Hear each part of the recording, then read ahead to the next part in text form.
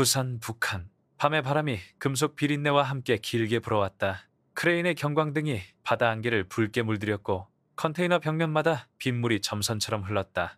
최윤아는 검은 패딩 지퍼를 턱끝까지 끌어올린 채 선창 끝 그늘에 몸을 붙였다. 멀리서 소음기 달린 밴 한 대가 헤드라이트도 켜지지 않은 채 미끄러지듯 들어왔다. 정지등이 깜빡이고 문이 열리자 4명이 내렸다. 항만 일용직의 몸짓이 아니었다. 발소리와 손놀림이 지나치게 가벼웠고 주변 죽은 각도부터 먼저 확인하는 습관이 몸에 배어 있었다. 그들의 시선이 겹치는 지점에 파란색 봉인이 매달린 컨테이너 하나가 있었다. 유나는 손목에 감춰둔 얇은 라텍스 장갑을 끼며 호흡을 길게 뱉었다. 이 밤의 냄새는 전장과 닮았다. 발각되면 설득도 절차도 의미가 없다. 그때 육성으로 확인이 오갔다. 코드 7, 렉4. 시간 없다. 부산 사투리를 억지로 숨긴 억양. 수화물 리스트를 펼치는 등줄기, 스캐너를 대신한 노트북 화면의 잿빛 광, 폐쇄형 케이스에 밝힌 고정 볼트. 유나는 한 걸음 물러서 바다 쪽으로 몸을 기울였다. 갈대처럼 흔들리되 꺾이지 않기 위해서는 먼저 리듬을 훔쳐야 한다. 굳이 말로 다짐하진 않아도 알 수 있었다. 임무, 능력, 진실.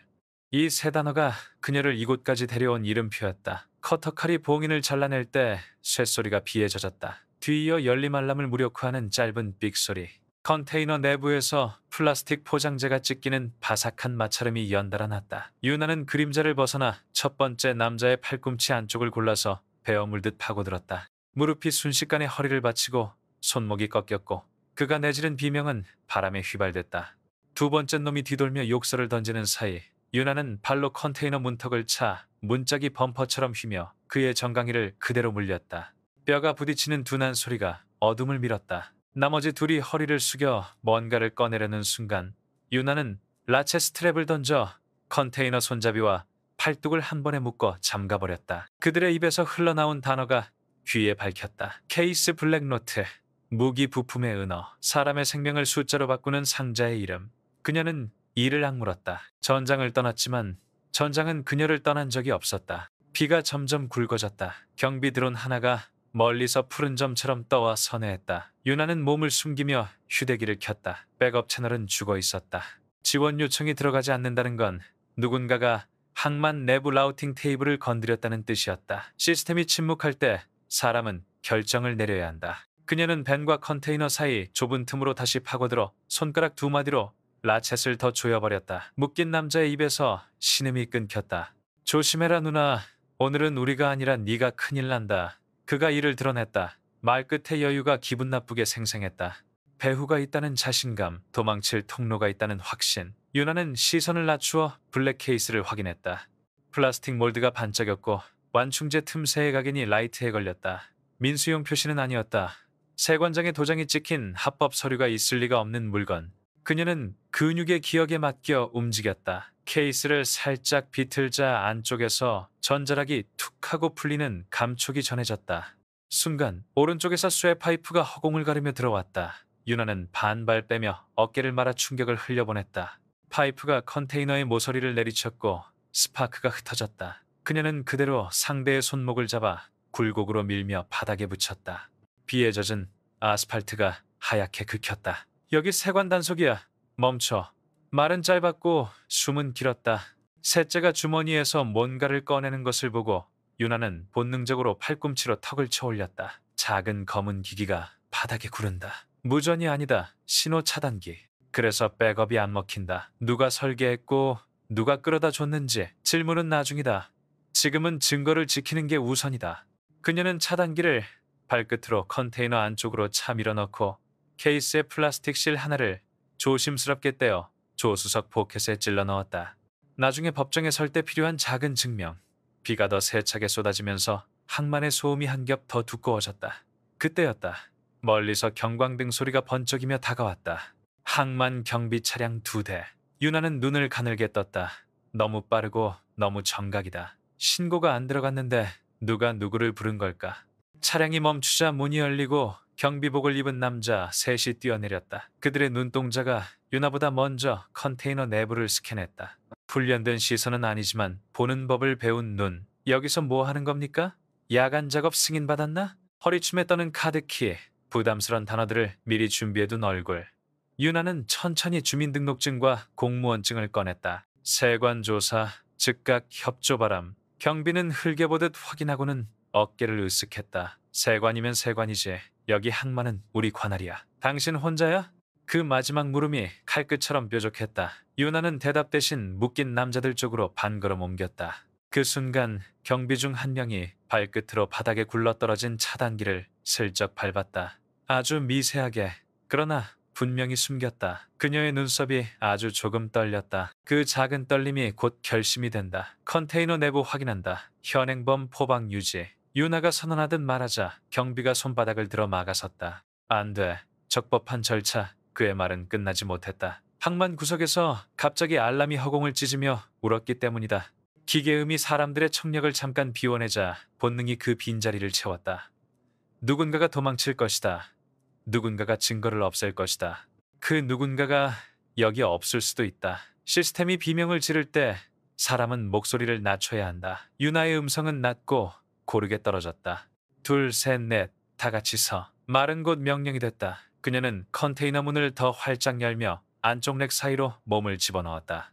비닐 냄새와 방청유 냄새가 섞여 올라왔다. 박스 옆면의 QR 라벨은 일부러 긁어지워져 있었다. 대신 라벨 테두리 미세한 잉크 번짐이 남아있다. 부품이 경유한 창고, 정산서의 흔적, 사람의 서명이 있는 곳으로 그녀를 이끌 증거의 쌀알. 그때 등 뒤에서 낮은 속삭임이 스쳤다. 최 조사관, 이름을 아는 목소리. 그녀는 반사적으로 어깨를 낮추고 한 손으로 문턱을 잡았다. 경비 하나가 너무 가까웠다.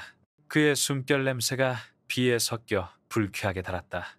오늘 일 못 본 걸로 아시죠? 서로에게 좋아. 그의 손가락 두 개가 바지 주머니로 들어갔다가 흰 봉투를 집어들었다. 유나는 그 손을 바라보지 않았다. 대신 그의 발목을 봤다. 새 신발, 미끄럼 방지 패턴이 항만 모델이 아니다. 다른 현장, 다른 주머니. 서로에게 좋은 건 법이 숨쉬는 거예요. 그녀가 말하자 남자는 봉투를 다시 밀어넣으며 짧게 욕설을 했다. 뒤편에서 묶여있던 남자 하나가 킥킥거렸다. 봐라, 저런 타입이 제일 빨리 잘려. 세상이 뭔 줄을 몰라. 유나는 고개를 옆으로 한번 기울였다. 어둠 속 창문에서 드론의 푸른 점이 다시 떠오르는 게 보였다. 이번엔 경비의 무전에서 깜박임이 일었다. 잠깐의 간섭. 누군가 채널을 뚫었다. 이어서 아주 멀리 사이렌이 하나 더 울었다. 그건 진짜였다. 항만 경비가 아닌 시내에서 올라오는 순경들의 사이렌. 시간을 벌어야 했다. 증거의 존재를 손에 쥐어야 했다. 유나는 블랙 케이스의 잠금고리를 다시 한번 확인하고 내부에서 가장 작은 부품 케이스 하나를 떼어 체온으로 품었다. 플라스틱이 따뜻해지면 냄새가 난다. 그 냄새는 기억으로 남는다. 나중에 이 밤의 진술이 목소리를 잃을 때 냄새가 대신 말해준다. 그녀는 그 사실을 알고 있었다. 아스팔트 위 물웅덩이에 경광등이 부서졌다. 경비 둘이 서로 눈치를 주고받더니 양쪽에서 컨테이너 문을 잡아 닫으려 했다. 유나는 재빨리 발을 문턱에 걸어넣고 팔꿈치로 철판을 밀어 대받았다. 문짝이 철컥거렸고 일순 정적이 내려앉았다. 그리고 아주 낮게 그녀는 말했다. 여기서부터 기묘하게도 그 말은 자신에게 들려주는 신호 같았다. 한 번 더 밀치자 문이 벌어졌고 그 틈으로 차가운 공기와 함께 바다 소리가 쏟아졌다. 그녀는 틈을 넓히는 대신 옆으로 비켜섰다. 경비의 몸이 앞으로 쏠리는 순간 손목을 틀어 균형을 바닥으로 보내고 무릎으로 견갑을 잠궜다. 한숨 긴 신음. 남은 한 명이 뒤로 물러서며 무전을 귀에 붙였다. 컨테이너 구역 알파, 교신 불량, 지원 요청. 말끝이 떨렸다. 거짓말을 배운 사람은 진짜 위기 앞에서 혀끝이 먼저 굳는다. 유나는 번들거리는 물기 위로 발을 굴려 방향을 틀었다. 멀리서 진짜 경찰차가 들어오는 소리가 점점 커졌다. 동시에 항만 한켠에서 불꽃이 피어올랐다. 누군가 딴 데에 불을 붙였다. 시선을 빼앗기기 위한 세상의 가장 오래된 요령. 그녀는 숨을 들이켰다. 두려움이 아니라 후각을 통해 동선을 그리기 위해 비와 기름, 방청유와 플라스틱, 젖은 페인트와 조개 껍질, 그 냄새의 겹을 쫓아가면 사람의 길이 나온다. 누가 들어와 무엇을 옮기고 어디로 빠져나갔는지 흔적은 늘 몸의 습관에 묻어나기 마련이니까. 경찰차의 헤드라이트가 드디어 항만 담장을 핥았다. 경비들은 그 빛을 향해 구원의 표정을 지었고 묶인 남자들도 욕설을 잠시 접었다. 유나는 그 찰나를 틈타 자신의 신분과 상황을 짧고 빠르게 준비했다. 기록이야말로 사람을 지킨다. 그녀는 주머니 깊숙이 박아둔 실 조각을 더 아래로 밀어넣고 블랙 케이스의 시리얼을 휴대기 메모장에 그 자리에서 타이핑했다. 자동 완성은 꺼져 있고 화면 밝기는 가장 낮다. 작은 습관들의 합이 목숨을 구하는 법. 경찰이 내렸다. 반짝이는 비옷 후드, 겨울밤의 습기, 어떤 사연인지 먼저 묻는 사투리. 유나는 짧고 정확하게 말했다. 세관 조사, 불법 반입 의심, 증거 보전 협조 요청. 경비가 끼어들려하자 그녀는 신분증과 함께 내부 케이스의 스냅샷을 내보였다.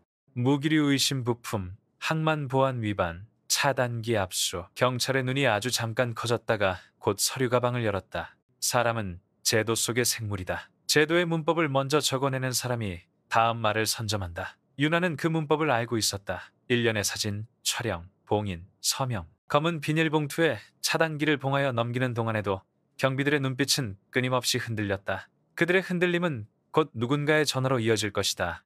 이 밤이 길어질수록 더 높은 사람의 목소리가 개입될지도 모른다. 그러나 상관없다. 첫 단추는 끼웠다. 기록은 길을 만든다. 그녀는 젖은 머리칼을 뒤로 넘기며 바닷바람을 한 번 더 마셨다. 위기의 냄새는 언제나 비슷했다. 사람의 목숨이 수치로 거래되는 냄새, 권력이 현장을 가려보려 할 때 나는 냄새. 그리고 그 냄새 속에서 그녀는 익숙한 단어 하나를 골랐다. 임무. 그 단어가 등뼈를 바로 세웠다. 차가운 밤 공기가 목 깊숙이 들어왔다가 천천히 나갔다. 심장이 여전히 귓속에서 큰 소리로 뛰고 있었지만 리듬은 정리되어 있었다. 손끝에 남은 플라스틱 촉감이 현실감을 유지해줬다. 어느새 비가 잦아들었다. 갈매기 한 마리가 검은 물살 위로 낮게 지나갔다.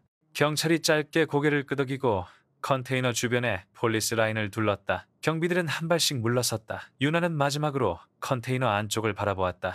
흘러내리는 물줄기가 렉을 타고 점점이 떨어졌다. 이름 없는 금속이 밤을 통과해 누군가의 손목으로 그리고 더 높은 책상 위로 올라가는 길. 그 길을 오늘은 끊었다. 어쩌면 잠깐일 수 있지만 충분했다. 여기서부터 다시 시작하면 되니까. 그녀는 주머니 속 실 조각을 더 깊숙이 눌러넣고 휴대기에 메모를 남겼다. 시리얼 일치, 차단기 압수, 경비 행태 이상 보고서의 상세 기재. 그런 다음 아주 짧게 자신에게 말했다. 살아있어. 흔들리지 마. 바다는 여전히 검고 넓었다. 그리고 이야기는 이제 막 첫 호흡을 끝냈다. 부산 세관 본청의 아침은 항만의 소음과 함께 시작된다. 트럭들이 줄지어 게이트를 통과하고 크레인과 호루라기 소리가 이어진다. 건물 로비에 들어서면 회색 양복을 입은 사무원들과 감시 카메라가 시선을 엇갈리며 서류와 커피잔이 바삐 오간다. 그 속에 최윤아도 있었다. 검은색 정장을 단정히 입고 머리를 묶은 채 아무렇지 않게 손에 든 노트북 가방을 고쳐 잡는다. 사람들은 그녀를 보고도 특별히 인사를 하지 않았다. 예의상 눈인사 정도만 오갔다. 몇 년째 같은 자리에 있었지만 그녀는 늘 외톨이였다. 사무실 안에는 늘 잡지 냄새와 복사기에서 갓 나온 종이 냄새가 섞여 있었다. 동료 몇 명이 모니터를 보며 낮은 목소리로 떠들었다. 어제 기사 봤어? 북한 단속.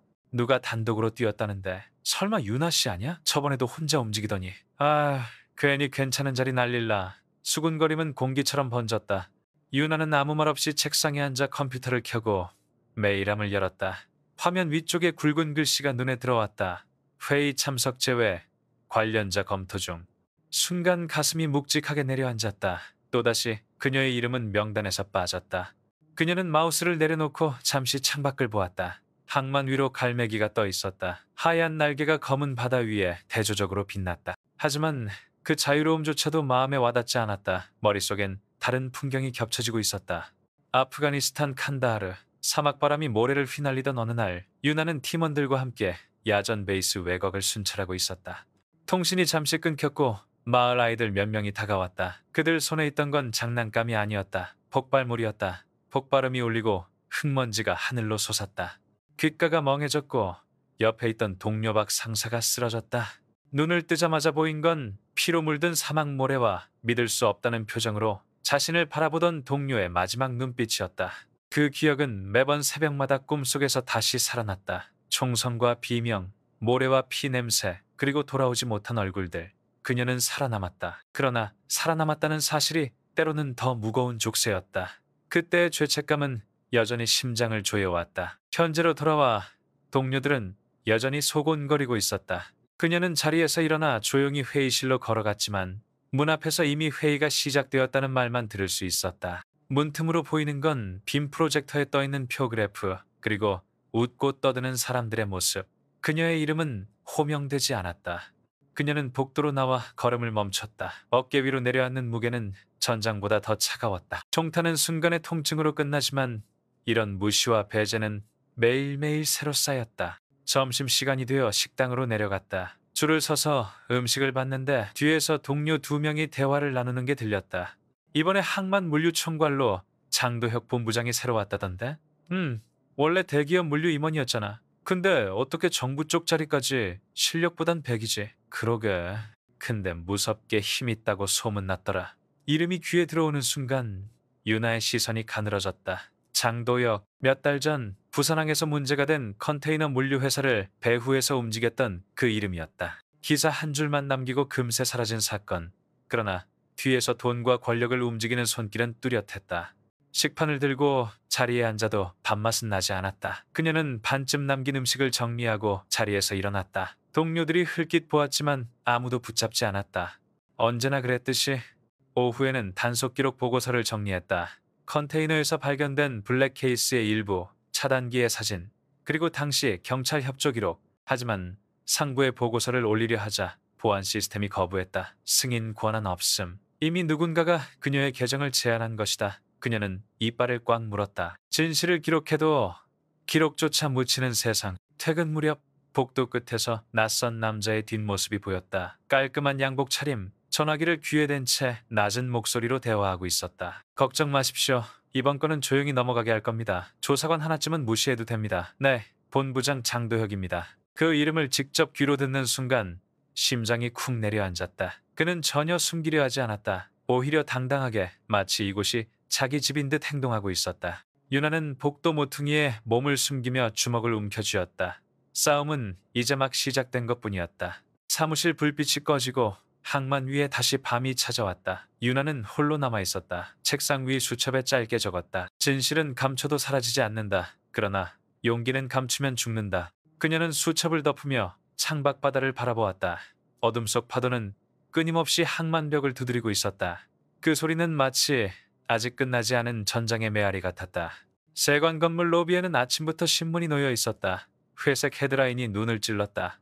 부산항 무리한 단속, 물류 차질 수억 원. 사진에는 경찰차 불빛에 젖은 컨테이너 구역이 찍혀 있었고 기사 속 단어는 단정하게 배열되어 있었다. 그러나 단정함 속에는 뚜렷한 의도가 숨어 있었다. 단독 행동, 권한 남용, 업계 반발. 유나의 이름은 직접 거론되지 않았지만 누구라도 짐작할 수 있었다. 사무실에 들어서자 동료들의 시선이 묘하게 쏠렸다. 누군가는 신문을 접어 책상 아래로 밀어넣었고 누군가는 일부러 큰 소리로 인사를 했다. 하지만 그 인사 속에도 피로가 아닌 경계가 섞여 있었다. 유나는 묵묵히 자리에 앉아 컴퓨터를 켰다. 메일함 상단에는 또다시 굵은 글씨가 떠 있었다. 주의 조치 통보, 향후 단독 행동 금지. 클릭하자 차가운 문장들이 이어졌다. 언론 노출로 인한 대외적 파장, 조사관 개인 판단의 월권 우려, 관련 보고서는 축소에 제출 바람. 손끝이 키보드 위에서 멈췄다. 축소 보고서라니 사실을 지우고 일부만 남기라는 의미였다. 하지만 진실의 조각을 지우면 결국 기록은 거짓이 된다. 유나는 깊은 숨을 들이마시고 답신을 쓰지 않았다. 대신 화면을 꺼버렸다. 점심 무렵 구내 식당은 소음으로 가득했다. 식판을 들고 줄을 서는데 바로 뒤에서 익숙한 이름이 들려왔다. 최 조사관 때문에 이번에 언론에서 난리잖아. 그러게. 괜히 괜찮은 자리를. 윗분들 심기 건드리면 오래 못 버텨. 목소리는 낮았지만 의도적으로 흘리는 듯 또렷했다. 유나는 아무 반응도 하지 않은 채 음식을 받아 자리에 앉았다. 그러나 수저를 드는 손은 무겁게 굳어 있었다. 오후 회의가 열렸지만 그녀의 이름은 다시 빠져 있었다. 문 밖에 서 있자 안에서 들려오는 목소리가 점점 커졌다. 이번 건 본부 차원에서 정리합시다. 조사관 개인의 일탈로 정리하면 됩니다. 웃음 섞인 동의 소리와 함께 누군가 문을 열고 나왔다. 그녀와 눈이 마주쳤지만 곧 고개를 돌려 지나갔다. 순간 폐 안쪽까지 얼음이 내려앉는 것 같았다. 총탄도 이런 통증은 주지 못했다. 그날 저녁 인터넷 포털 메인에 새로운 기사가 떴다. 항만 단속 과정서 인권 침해 의혹. 기사에는 가려진 얼굴의 항만 근로자가 인터뷰하는 장면이 담겨 있었다. 밤에 갑자기 단속 나와서 정상 작업인데도 위협당했습니다. 유나는 화면을 똑바로 응시했다. 정상 작업이라니. 그날 그들이 옮기던 건 총기 부품이었다. 하지만 카메라 앞에서 진실은 쉽게 거짓으로 바뀌었다. 댓글창은 더 차갑게 흘렀다. 또 쇼하려다 망친 거 아냐? 세금으로 월권하는 사람들 치워라. 사람들의 말은 총알보다 빨랐다. 다음 날 아침 국장실에서 호출이 왔다. 문을 열자 국장은 무표정한 얼굴로 서류를 내밀었다. 윤 조사관, 이번 일 윗선에서 조용히 처리하라고 합니다. 보고서는 간단히만 적고 세부 사항은 삭제하세요. 유나는 서류를 받아들었지만 눈빛은 흔들리지 않았다. 삭제하면 기록이 왜곡됩니다. 국장은 짧게 한숨을 내쉬었다. 조직을 위해서 때론 필요합니다. 너무 고집하지 마요. 나오면서 복도 끝에 낯선 사람이 서 있었다. 검은 양복 차림에 미소를 짓고 있는 남자. 그는 휴대전화를 귀에 대고 낮게 말했다. 걱정 마십시오. 이번 건은 정리됐습니다. 조사관 하나쯤은 문제 없습니다. 장도혁 본부장입니다. 그의 목소리는 여유롭고 당당했다. 유나의 발걸음이 순간 멈췄다. 이름을 직접 귀로 들은 순간 심장이 강하게 울렸다. 사무실로 돌아와 책상 위 수첩을 펼쳤다. 그녀는 짧게 적었다. 소문은 바람처럼 빠르다. 그러나 바람은 언제나 흔적을 남긴다. 펜 끝이 떨렸지만 글씨는 또렷했다. 저녁이 되어 건물 불빛이 하나둘 꺼졌다. 유나는 홀로 남아있었다. 창밖으로 어둠이 항만 위를 덮었다. 파도 소리가 유리창을 두드렸다. 그녀는 조용히 속삭였다. 임무, 능력, 진실. 내가 붙잡아야 할 건 이것뿐이다.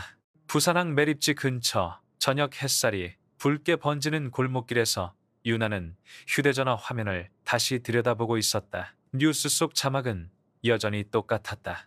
항만 단속 과정서, 무리한 월권 논란. 화면 속 앵커의 목소리는 담담했지만 담담함이 오히려 그녀의 가슴을 더 무겁게 짓눌렀다. 손가락이 무의식적으로 주머니 속 작은 실 조각을 만졌다. 그것만이 진짜를 증명할 수 있는 유일한 단서였다. 그러나 세상은 그 조각을 믿지 않았다. 그때 등 뒤에서 낯선 목소리가 들려왔다. 혹시 최유나 조사관 맞습니까? 그녀는 돌아섰다. 검은 점퍼에 카메라 가방을 맨 남자가 서 있었다. 눈빛은 날카롭고 입술에는 피곤이 묻어 있었다. 그는 명함을 꺼내 보였다. 김세준 탐사보도 기자. 한때 부패 사건을 파헤치다 협박을 받고 기사에서 밀려났다는 이름이 떠올랐다. 유나는 잠시 눈을 가늘게 뜨고 대답하지 않았다. 세준이 먼저 말을 이었다. 나도 알고 있습니다. 그날 밤 컨테이너에서 무슨 일이 있었는지. 하지만 언론은 다르게 흘러가고 있죠. 혹시 진짜 얘기를 들려줄 생각은 없습니까? 그의 목소리에는 호기심과 동시에 의심이 섞여 있었다. 유나는 단호하게 말했다. 기자는 사실을 다루지만 때론 사실을 가장 쉽게 왜곡하는 사람도 기자입니다. 세준의 눈썹이 살짝 꿈틀거렸다. 그러나 그는 물러서지 않았다. 저도 상처가 있습니다. 예전에 장도혁 관련 자료를 추적하다가 결국 해고당했습니다. 제 목소리는 지워졌고 제 기사는 묻혔죠. 그러니 당신 마음도 압니다. 하지만 혼자서는 버틸 수 없을 겁니다. 유나는 대답하지 않은 채 걸음을 옮겼다. 세준은 잠시 망설이다가 그녀의 뒤를 따랐다. 좁은 골목을 빠져나오는 순간 검은 승합차가 도로 옆에 미끄러지듯 섰다. 문이 열리더니 거친 얼굴의 남자 셋이 뛰어내렸다. 야, 여기야. 그 기자 새끼 맞네. 욕설이 섞인 목소리. 세준의 얼굴이 굳었다. 그는 본능적으로 카메라 가방을 움켜쥐었지만 주먹이 이미 날아왔다. 세준은 바닥에 쓰러지며 신음했다. 유나의 눈빛이 번뜩였다. 그녀는 주저하지 않았다. 제일 먼저 달려든 남자의 손목을 붙잡아 팔꿈치 방향으로 꺾었다. 뼈가 부서지는 둔한 소리와 함께 남자가 고꾸라졌다. 나머지 둘이 동시에 달려들었지만 그녀의 발은 이미 움직이고 있었다. 한 명의 명치에 무릎이 꽂혔고 다른 한 명의 턱에는 주먹이 날아갔다. 짧고 날카로운 동작, 군에서 수없이 반복했던 생존의 기술이 골목 어둠 속에서 빛을 발했다. 세준은 눈을 크게 뜨고 그 장면을 바라보았다. 눈앞의 여자는 단순한 세관 조사관이 아니었다. 군인의 몸짓, 특수부대의 훈련을 받은 움직임. 그는 비틀거리며 일어나 물었다. 당신 도대체 누구입니까? 유나는 잠시 그를 바라보다가 말했다. 나는 지금 진실을 지키려는 사람일 뿐입니다. 다른 건 묻지 마세요. 쓰러진 남자들이 다시 일어나려 하자 유나는 발로 승합차 문을 차닫았다. 금소금이 울리며 그들이 비틀거렸다. 그녀는 세준의 팔을 잡아 골목 끝으로 달렸다. 뒤에서 욕설과 발소리가 쫓아왔지만 다행히 경찰차 사이렌 소리가 멀리서 들려왔다. 누군가 신고를 한 모양이었다. 남자들은 욕을 퍼붓고 승합차에 다시 올라타 급히 달아났다. 숨을 고르며 멈춰 섰을 때 세주는 아직도 충격에서 벗어나지 못한 얼굴이었다. 그는 헐떡이며 물었다. 이제 확신이 섰습니다. 당신 혼자가 아니라는 걸. 그리고 이 싸움 저도 함께하겠습니다. 유나는 잠시 침묵했다. 신뢰라는 단어는 그녀에게 너무 낯설고 동시에 아픈 기억을 불러왔다. 그러나 지금 이 순간 누군가가 옆에 있다는 사실만으로도 무게가 조금은 덜어지는 듯했다. 기자님, 협력하되 한 가지 약속해 주십시오. 진실을 가리려는 말은 절대 쓰지 마세요. 진실이 버거워도 끝까지 적어주세요. 세주는 고개를 끄덕였다. 그의 눈빛에는 오랜 시간 꺼져 있던 불씨가 다시 살아나고 있었다. 밤바람이 골목을 스쳤다. 유나는 하늘을 올려다보았다. 검은 하늘 사이로 희미한 별빛이 보였다. 그리고 속으로 다짐했다. 임무, 능력, 진실. 이제 나 혼자가 아니다. 부산 해운대의 고급 호텔 스카이라운지. 유리창 너머로 바다가 한눈에 들어오고 조명이 은은하게 비쳤다. 장도혁은 와인잔을 손에 들고 있었다. 검은 양복과 맞춤 구두, 그가 앉은 모습은 마치 오래전부터 이 자리를 지배해온 듯 자연스러웠다. 맞은편에는 지역구 의원이 앉아 있었다. 머리는 희끗희끗했고 표정에는 피로 대신 안일함이 담겨 있었다. 의원님, 이번 건은 단순한 물류 문제가 아닙니다. 우리나라가 국제 구호 물자를 얼마나 빨리 운송하느냐에 따라 이미지는 달라집니다. 부산항을 중심으로 우리가 주도할 수 있습니다. 장도혁의 목소리는 낮지만 단호했다. 의원은 코웃음을 쳤다. 구호라 사람들은 감동하겠지. 하지만 그 안에 들어있는 게 뭔지는 모르겠군. 도혁은 잠시 미소를 지었다. 사람들은 알 필요 없습니다. 중요한 건 누가 통로를 장악하느냐는 거죠. 의원님도 알다시피 자금이 돌아가야 선거도 치를 수 있고. 말끝을 흐리자 의원은 눈을 가늘게 뜨며 잔을 들어 올렸다. 그 순간 문이 열리고 항만청 고위 간부가 들어왔다. 그는 땀을 닦으며 인사했다. 본부장님, 의원님, 기다리게 해서 죄송합니다. 장도혁은 자리를 권하며 말했다. 괜찮습니다. 중요한 건 오늘 여기서 서로 같은 그림을 그리는 겁니다. 간부는 곧장 서류 봉투를 꺼내 테이블 위에 올려놓았다. 그 안에는 컨테이너 리스트, 운송 경로, 통관 서류가 빼곡했다. 도혁은 손끝으로 봉투를 가볍게 두드렸다. 이 안에 숫자가 바뀌면 사람들의 생명과 안전이 달라집니다. 하지만 동시에 우리의 입지도 달라집니다. 알겠습니까? 의원과 간부는 침묵했다. 그러나 침묵은 곧 동의의 다른 표현이었다. 정치, 행정, 경제가 한 테이블에 모였을 때 법은 종이 조각에 불과했다. 도혁은 와인을 한 모금 삼키며 속으로 중얼거렸다. 진실은 힘을 가진 자에게는 아무 의미 없다. 힘이 곧 진실이다. 그 시각 세관 사무실의 유나는 또 다른 압박을 받고 있었다. 오전 회의에서 상부가 새로운 지침을 내렸다. 긴급 단속 시 반드시 본부 승인 후 진행. 사실상 그녀의 손발을 묶는 조치였다. 동료들은 안도의 한숨을 내쉬었다. 이제 사고 칠 일 없겠네. 하지만 유나는 그 안도의 웃음이 가시처럼 느껴졌다. 진실을 막는 장벽이 더 높아지고 있었다. 퇴근길, 세준이 전화를 걸어왔다. 오늘 저녁 어디 좀 같이 가시죠. 제가 들은 얘기가 있습니다. 두 사람은 항만 근처 낡은 찻집에서 마주 앉았다. 세준은 목소리를 낮추었다. 장도혁이 구호 물품 명목으로 새로운 루트를 열려고 합니다. 하지만 실제로는 무기와 불법 장비가 섞여 있다고 합니다. 그걸 승인해줄 사람이 필요하겠죠. 정치인, 그리고 항만청 간부들. 유나의 눈빛이 차갑게 굳었다. 증거는 있습니까? 세준은 고개를 저었다. 아직은 제보뿐입니다. 하지만 믿을 만한 출처입니다. 문제는 우리가 움직이면 더 큰 압박이 올 거라는 겁니다. 유나는 잠시 생각하다가 단호히 말했다. 압박이 두려워 진실을 버리면 우린 이미 진 겁니다. 움직입시다. 밤이 깊어갈수록 부산항 어딘가에서는 또 다른 컨테이너가 준비되고 있었다. 구호 스티커가 붙은 박스 위로 어둠이 무겁게 내려앉았다. 쉬. 장도혁은 그 모든 과정을 통제하며 느긋하게 담배 연기를 뿜었다. 그의 눈빛에는 확신이 서 있었다. 아무도 이 길을 막을 수 없다. 그러나 어딘가에서 작은 불씨가 타오르고 있었다. 유나와 세준, 두 사람의 불씨가 곧 거대한 불길로 번질지 아니면 바람에 꺼질지 아직은 아무도 알 수 없었다. 새벽 3시 부산항 전산실의 모니터들이 동시에 깜빡였다. 초록색으로 빼곡히 채워져 있던 컨테이너 입출항 기록이 한순간에 사라졌다. 관리자 계정이 무단으로 로그인됐다는 경고창이 번쩍였지만 담당 직원은 아무것도 하지 못한 채 얼어붙었다. 이른 시간이라 전화도 연결되지 않았다. 누군가가 시스템을 정밀하게 파고들고 있었다. 다음 날 아침, 유나는 평소처럼 출근하자마자 보안 담당자에게 불려갔다. 조사관님, 큰일 났습니다. 컨테이너 데이터베이스가 일부 사라졌습니다. 마치 흔적을 지우듯 통째로 빠졌습니다.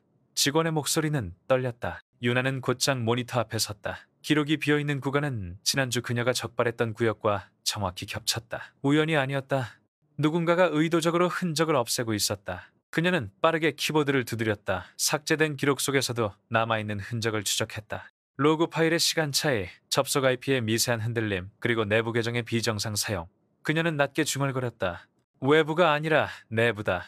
누군가 항만청 내부의 계정을 빌려 흔적을 지운 것이다. 보고서를 올리려 했지만 또다시 상부 승인이 거절됐다. 이번엔 이유조차 나오지 않았다. 유나는 깊게 숨을 들이마시고 직접 행동하기로 했다. 컨테이너 단속 구역으로 뛰어나가 남아있는 장치들을 확인했다. 케이스 하나가 비어 있었고 포장 라벨이 잘려나간 흔적이 있었다. 그러나 완전히 지운다고 흔적까지 사라지진 않는다. 그녀는 포장재 한 조각을 주워 주머니에 넣었다. 오후가 되자 언론이 일제히 보도했다. 세관 시스템 마비, 보안 구멍 드러나. 기사 속에는 유나의 이름이 직접 거론되었다. 지난주 무리한 단속에 이어 이번에는 보안관리 부실 의혹까지. 일선 조사관의 책임론 대두. 화면 속 기자의 표정은 냉정했고 사람들의 댓글은 더 냉혹했다. 나라 망신이다. 능력도 없는 게 잘난 척하다 망친다. 사무실 안의 공기는 얼어붙었다. 누군가는 대놓고 한숨을 쉬었고 누군가는 고개를 흔들었다. 회의 자리에서 간부는 차갑게 말했다. 최 조사관, 당신이 직접 시스템을 열어봤다면서요. 그게 기사화된 겁니다. 왜 그런 행동을 했습니까? 유나는 침착하게 대답했다. 증거가 지워지고 있었습니다. 확인하지 않았다면 더 큰 문제가 됐을 겁니다. 그러나 아무도 그녀의 말을 귀담아 듣지 않았다.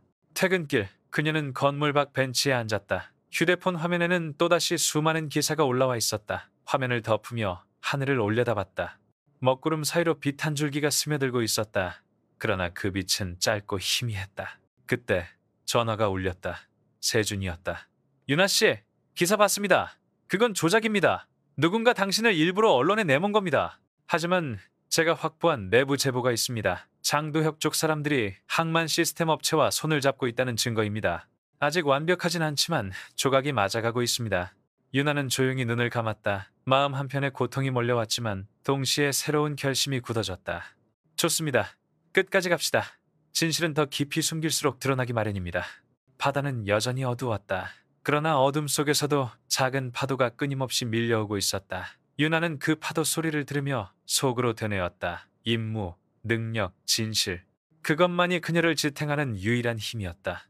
밤 11시 부산항 외곽의 창고지대는 평소보다 조용했다. 가로등 불빛이 희미하게 깜빡이고 멀리서 파도 소리와 금속 부딪히는 소리가 번갈아 들려왔다. 유나는 검은 점퍼 모자를 깊이 눌러쓰고 그림자 속에 섰다. 옆에는 세준이 있었다. 그는 카메라 대신 작은 보이스 레코더를 손에 쥐고 있었다. 정말 들어가실 겁니까? 속삭이는 목소리에 유나는 고개를 끄덕였다. 오늘 아니면 기회가 없습니다. 컨테이너는 곧 출항할 겁니다. 창고 담벼락은 높지 않았지만 CCTV가 사방에 달려 있었다. 유나는 주머니에서 작은 기기를 꺼냈다. 저녁 후에도 손에서 놓지 않았던 휴대용 주파수 교란기였다.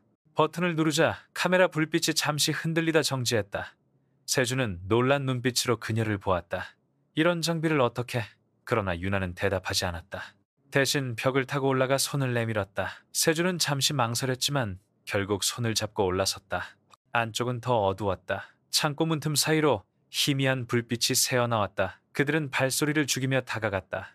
문을 조금 열자 안에는 커다란 철제렉들이 줄지어 있었고 그 위에는 의료 지원이라 적힌 박스들이 산처럼 쌓여 있었다. 그러나 상단 몇 개는 이미 개봉되어 있었고 안에서 드러난 건 붕대가 아니라 금속 부품이었다. 총열, 탄창, 그리고 조립 전 단계의 장비들. 세준은 숨을 죽였다. 세상에, 유나는 차갑게 속삭였다. 이게 바로 그들의 진짜 물자입니다. 그녀는 휴대폰 카메라로 몇 장의 사진을 찍었다. 그러나 그 순간 더 놀라운 것이 눈에 들어왔다. 구석에 작은 금고 문이 반쯤 열려 있었고 안에는 두꺼운 파일이 놓여 있었다. 유나는 재빨리 다가가 파일을 꺼냈다. 첫 장을 넘기는 순간 세준의 얼굴이 굳어졌다. 거기에는 여러 명의 이름과 계좌 번호가 적혀 있었다. 국회의원, 항만청 간부, 지방경찰, 고위직까지. 옆에는 일정 금액과 날짜가 빼곡히 기록되어 있었다. 뇌물 명단이었다. 세주는 낮게 중얼거렸다. 이건 상상 이상입니다. 그냥 밀수가 아니네요. 권력 전체가 얽혀 있습니다. 유나는 입술을 세게 깨물었다. 이것이야말로 진짜 폭탄이었다. 그러나 발소리가 들려왔다. 누군가 창고 안으로 들어오고 있었다. 유나는 재빨리 파일을 접어 자켓 안에 숨겼다. 두 사람은 철제렉 뒤로 몸을 숨겼다. 두 명의 남자가 들어왔다. 그들은 작업복 차림이었지만 말투는 군인에 가까웠다. 내일 새벽에 씻는다. 구호물자 스티커는 다 붙였지? 예, 서류도 이미 정리됐습니다. 장 본부장 쪽에서 의원 사인도 받았답니다. 웃음소리가 섞였다. 유나와 세주는 서로 눈을 마주쳤다. 남자들이 점점 다가오자 유나는 주머니 속 작은 스위치를 눌렀다. 순간 창고 한쪽 전등이 꺼졌다. 남자들이 놀라 고개를 돌린 사이 두 사람은 창고 뒷문으로 몸을 날렸다. 바람처럼 달려 좁은 통로를 빠져나왔다. 뒤에서 욕설과 쫓는 발소리가 들렸지만 다행히 바깥으로 연결된 작은 문이 열려 있었다. 두 사람은 숨을 헐떡이며 담장을 넘어섰다. 바깥에 나왔을 때 세주는 손으로 땀을 훔쳤다. 이건 나라가 뒤집힐 만한 자료입니다. 유나는 고개를 끄덕였다. 그러나 곧 표정이 굳었다. 하지만 아직은 불완전합니다. 사진 몇 장, 파일 일부로는 언론도 법정도 움직이지 않을 겁니다. 더 큰 증거가 필요합니다. 세주는 잠시 침묵하다가 말했다. 그래도 이제 확실해졌습니다. 적이 얼마나 거대한지. 그리고 우리가 맞서야 할 게 단순한 범죄 집단이 아니라는 걸. 유나는 깊게 숨을 내쉬었다. 바다 쪽에서 차가운 바람이 불어왔다. 그녀는 속으로 다짐했다. 임무, 능력, 진실. 지금 이 순간 그 세 단어가 그녀의 전부였다. 부산 국방청 회의실은 이른 아침부터 긴장으로 가득했다. 대형 스크린에는 항만 긴급 대책 회의라는 제목이 떠 있었고 각 부처에서 파견된 인물들이 줄지어 앉아 있었다. 정복을 입은 장교, 양복 차림의 간부, 그리고 몇몇 의원 보좌관까지. 공기에는 커피 냄새보다 더 강한 경계심이 배어 있었다. 유나는 회의실 끝자리에 앉아 조용히 서류를 정리하고 있었다.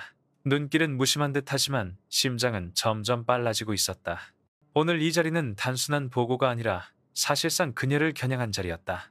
사회자가 회의를 열자 맨 앞줄에 앉아있던 장도혁이 곧장 발언을 시작했다. 그의 목소리는 낮고 부드러웠지만 단어마다 칼날이 숨어 있었다. 지난번 항만 단속 사태로 인해 부산항 물류가 마비되었습니다. 국제 이미지 실추는 물론 수출업계의 손해가 막대합니다. 조사관 개인의 월권과 독단적 행동이 이런 결과를 낳은 겁니다. 그의 시선이 자연스럽게 유나 쪽으로 흘렀다.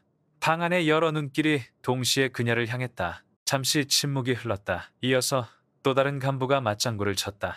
맞습니다. 조사관 한 명이 군 경력을 앞세워 현장을 장악하고 언론까지 자극했습니다. 이런 방식으로는 시스템이 무너질 수밖에 없습니다. 몇몇이 고개를 끄덕였고 몇몇은 무표정하게 메모만 했다. 그러나 공기는 분명히 유나를 압박하고 있었다. 유나는 손에 쥔 펜을 내려놓았다. 그리고 천천히 자리에서 일어나 앞으로 걸어갔다. 정적이 방 안을 감쌌다. 그녀는 차분히 목소리를 냈다. 제가 말씀드리겠습니다. 모두의 시선이 집중되었다. 저는 지난 단속에서 월권을 행사하지 않았습니다. 제가 본 건 명백히 불법 무기 부품이었습니다. 그리고 지금도 그 증거는 제 손에 남아 있습니다. 그녀는 가방에서 작은 사진 몇 장을 꺼내 스크린에 띄웠다. 컨테이너 내부 금속 부품, 잘려나간 라벨, 그리고 회수된 차단기. 화면 속 선명한 이미지가 회의실을 압도했다. 그러나 장도혁은 미소를 잃지 않았다. 조사관님, 그건 단순히 구형기계 부품일 수 있습니다. 현장에서 혼동했을 가능성은 생각해 보셨습니까? 시스템을 무너뜨린 건 바로 그런 과잉 대응입니다. 그의 말에 몇몇은 다시 고개를 끄덕였다. 유나는 숨을 고르고 이어갔다. 그렇다면 왜 항만 시스템이 해킹당했습니까? 왜 기록이 지워졌습니까? 단순한 기계 부품이라면 왜 그렇게까지 흔적을 없애려 했을까요? 그녀의 목소리가 한 톤 높아졌다. 여기에 있는 로그 파일을 보십시오. 내부 계정으로 접근해 삭제한 흔적이 분명합니다. 외부 해커가 아니라 내부 사람이 개입했다는 증거입니다. 스크린에 뜬 데이터 로그에는 시간대와 접속 기록이 선명했다. 방 안이 다시 술렁거렸다. 몇몇 장교들이 서로 눈빛을 교환했다. 젊은 대위 한 명이 조심스럽게 손을 들었다. 확실히 저 로그는 내부자 없이는 만들 수 없는 흔적입니다. 조사관님의 말이 사실일 가능성이 높습니다. 순간 공기의 무게가 조금 달라졌다. 도혁의 얼굴에 미세한 굳음이 스쳤다. 그는 여전히 웃음을 유지하려 했지만 눈빛이 차갑게 흔들렸다. 유나는 마지막으로 말했다. 저는 제 경력을 내세운 적이 없습니다. 오직 임무, 능력, 그리고 진실만을 붙잡고 움직였습니다. 진실은 불편할 수 있습니다. 그러나 우리가 눈을 감는 순간 조직은 무너집니다. 저는 그 순간을 막기 위해 행동했습니다. 정적이 길게 흘렀다. 그리고 누군가 작은 박수를 쳤다. 젊은 장교였다. 그 박수는 곧 옆자리로 번졌고 잠시 후 방 안에는 묘한 울림이 퍼졌다. 간부들은 당황스러운 얼굴로 서로를 바라봤지만 박수는 멈추지 않았다. 사회자는 어색하게 목을 가다듬었다. 오늘 회의 결론은 추가 조사를 진행하되 조사관 개인의 책임을 단정하지 않는 것으로 하겠습니다. 유나는 조용히 자리에 앉았다. 손끝은 여전히 떨리고 있었지만 마음속에서는 작은 불씨가 살아났다. 완벽한 승리는 아니었지만 적어도 오늘 그녀는 혼자가 아니었다. 젊은 눈빛들이 그녀의 말을 기억해 줄 것이다. 회의가 끝나고 복도를 나설 때 뒤에서 낮은 목소리가 들려왔다. 조사관님, 오늘 말씀 인상 깊었습니다. 돌아보니 아까 박수를 친 젊은 장교였다. 그는 짧게 경례를 하고 지나갔다. 유나의 입가에 미묘한 미소가 번졌다. 아직 끝나지 않았다. 그러나 분명히 균열은 시작되고 있었다. 비가 내리던 밤, 부산항 전체가 어둠과 번개 속에 휩싸여 있었다. 하늘을 가르는 천둥이 금속 구조물에 울려 퍼지며 항만 전체가 진동하는 듯했다. 유나는 빗물에 젖은 방수 점퍼를 걸친 채 컨테이너 구역으로 달리고 있었다. 무전기에서는 불명확한 잡음만 들려왔다. 누군가 의도적으로 채널을 교란하고 있었다. 그날 낮 세준이 급히 건넨 제보는 충격적이었다. 새벽 3시 구호 물품을 가장한 대형 컨테이너 선적이 예정되어 있다는 것이다. 서류상에는 의료용 산소통, 긴급 의약품이라 적혀 있었지만 내부에는 무기와 뇌물거래 서류가 함께 실려 있다고 했다. 출항이 허용되면 그 순간 모든 증거는 바다 위로 사라졌다. 유나는 선택의 기로에 섰다. 보고만 하자니 이미 상부가 장도혁과 결탁해 묵살할 게 뻔했고 단독으로 막자니 모든 책임이 그녀에게 떨어졌다. 그러나 주저할 시간이 없었다. 탕만 구역에 도착했을 때 이미 거대한 트레일러가 컨테이너를 싣고 있었다. 크레인이 컨테이너를 들어올려 트럭 위에 내려놓는 순간 쇳소리가 번개와 함께 뒤섞여 귀를 찢었다. 유나는 달려가 외쳤다. 작업 중지! 세관 단속이다! 그러나 현장 인부들은 고개도 돌리지 않았다. 마치 이미 지시를 받은 듯 무표정하게 움직였다. 그때 트럭 운전석에서 누군가가 내려왔다. 검은 우비 차림의 사내가 비웃듯 말했다. 조사관님, 또 오셨네요. 이번엔 좀 늦으셨습니다. 이건 이미 승인된 구호 물자입니다. 괜히 막았다간 당신이 책임져야 할 겁니다. 그의 말투에는 확신이 묻어 있었다. 뒤에는 경찰차 불빛이 보였지만 낯선 사람들이 타고 있었다. 정식 순경이 아닌 용역처럼 보였다. 유나는 한 걸음 앞으로 나섰다. 구호 물품이라면 열어보는데 문제가 없겠죠. 지금 바로 검사하겠습니다. 그러나 사내는 고개를 저었다. 그럴 권한 없습니다. 이미 서류에 도장이 찍혔습니다. 괜한 쇼하지 마십시오. 순간 세준이 골목 끝에서 뛰어왔다. 그는 숨을 몰아쉬며 카메라를 꺼냈다. 찍고 있습니다. 이 장면 다 기록 중입니다. 번개가 하늘을 가르며 그의 얼굴을 비췄다. 인부들이 당황해 잠시 손을 멈췄다. 그러나 곧 한 명이 세준을 향해 달려갔다. 유나는 몸을 날려 그를 막았다. 빗물 위에서 두 사람의 몸이 부딪히며 넘어졌다. 그녀는 재빨리 일어나 상대의 팔을 꺾어 제압했다. 그러나 다른 인부들이 몰려오기 시작했다. 우비 속에서 쇠파이프와 곤봉이 드러났다. 폭풍우 속에서 짧고 거친 싸움이 벌어졌다.